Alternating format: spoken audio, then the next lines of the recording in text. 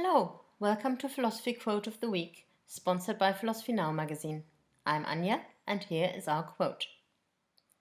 No arts, no letters, no society, and, which is worst of all, continual fear and danger of violent death, and the life of man solitary, poor, nasty, brutish, and short. Thomas Hobbes, Leviathan. State of nature theories are an interesting tool for exploring politics. They pose the question, what would life be like without politics, without government, laws, police, courts of justice, and political obligation? 17th century philosopher Thomas Hobbes uses this approach in his book Leviathan. There he describes, quote, the natural condition of mankind. As we can see from our quote today, he was not very optimistic with respect to the state of being. Without external structures to keep us, our behavior, and inclinations in check, he believed each of us would follow our innate selfish desires. Not only would there be no politics, there would be no ethics either. Morals come with politics. Moral norms, right and wrong, are defined by a strong ruler who can enforce his or her ideas and limitations on our behavior. This doesn't mean that we would never be nice to each other in a state of nature. We might, but, and that's the crucial point, you couldn't count on it.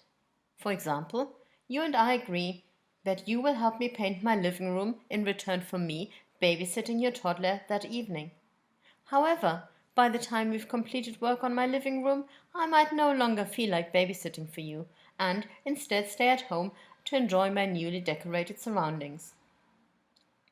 This kind of break of a covenant is possible in a state of nature where selfish drives might take over at any given time, but not in a political state where it is the government's responsibility to make sure that covenants are consistently kept.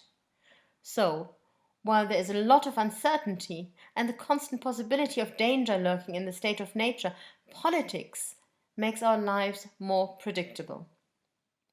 Don't think that Hobbes was naive about politics, though. He knew about abuses of power by ruthless politicians. However, he thought, as we have to choose between two evils, politics was still better than the state of nature, where threats, fear, and insecurity abound. Quite possibly, he was thinking about his own experience of the English Civil War, a kind of throwback into a state of nature. Other thinkers after Hobbes disagreed with his negative description of the state of nature. They thought of it as a minor inconvenience, or even as a place of true humanity and goodness, unperverted by so-called civilization. What do you think? In our time, politics is not an altogether happy arrangement. Would we be better off without it?